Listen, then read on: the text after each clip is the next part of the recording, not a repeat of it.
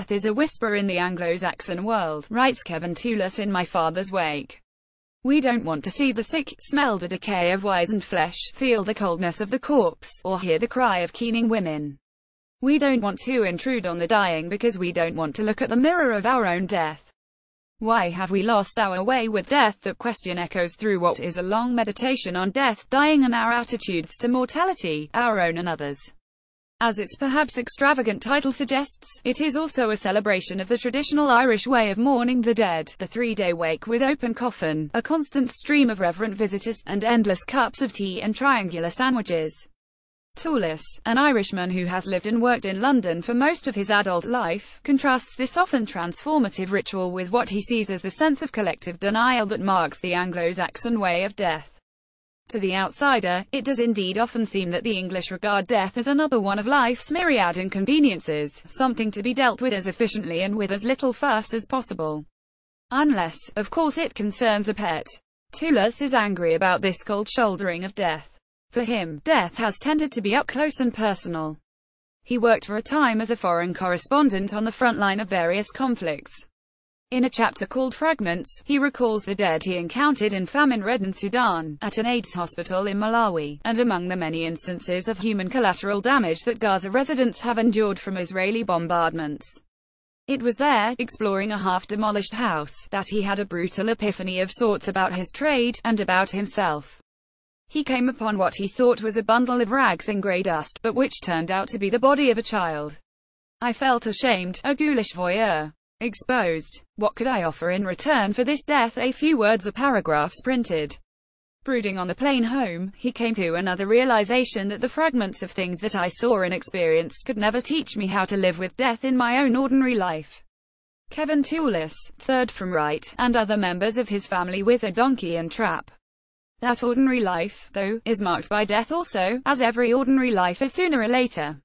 The book begins in the family house in Ducanella, County Mayo. As his father approaches death, I was standing in the same whitewashed room where my mother, Mary Gallagher, had given birth to my brother, standing too among the watchers, and where Sonny now lay dying. Having been summoned from London, he finds himself both an insider and an outsider, struggling to understand what the watchers see or wanted in Sonny's death. This is the exile's dilemma in extremis, the sense of not belonging accompanied by the sudden, deep realization of what has been lost along the way, without even realizing it. Another chapter, perhaps the most deeply affecting, concerns his older brother Bernard's death from leukemia. During Bernard's treatment, Toolis became his brother's bone marrow donor, his potential savior. Except, he writes, it did not happen that way. He describes his brother's death as a hand grenade of rage and grief and love that went off, blasting outwards, everyone falling back, pushing us away from each other.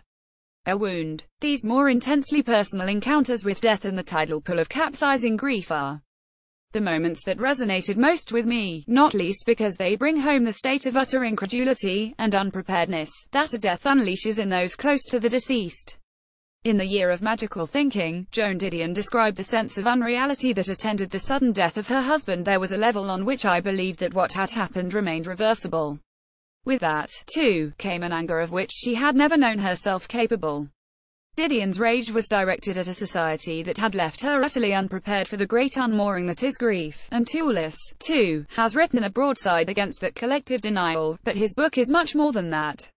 In its alternating shifts of focus, from the intimately personal to the more journalistically detached, if the word really applies here, it lays bare the desperate numbness that accompanies that denial.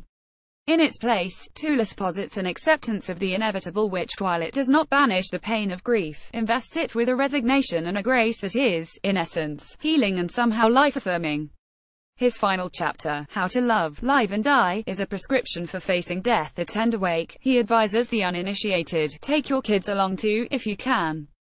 Be with the dead, he counsels, look on them, speak to them, touch them, take your time to say farewell to them. These are words wrought from hard-won experience, yet I suspect they will fall on deaf ears in a culture geared ever more towards a kind of frantic collective escapism in the face of age as well as mortality. Time and time again, while reading, I was reminded of Seamus Heaney's great poem, Funeral Rites, which opens, I shouldered a kind of manhood stepping in to lift the coffins of dead relations. They had been laid out in tainted rooms, their eyelids glistening, their dough-white hands shackled in rosary beads. As Toolis helps lower his father's coffin into the ground, he writes of his own coming to terms with death. I know what I had missed in failing to bind the wound of Bernard's death and in all my death-wandering worlds. The only way to take the weight of my own mortality was through offering to take the weight of others. My Father's Wake by Kevin Toolis is published by Weidenfeld Nicholson, £16.99. To order a copy for £14.44, go to guardianbookshop.com or call 0330 333 6846. Free UK PP over £10, online orders only. Phone orders min PP of £1.99.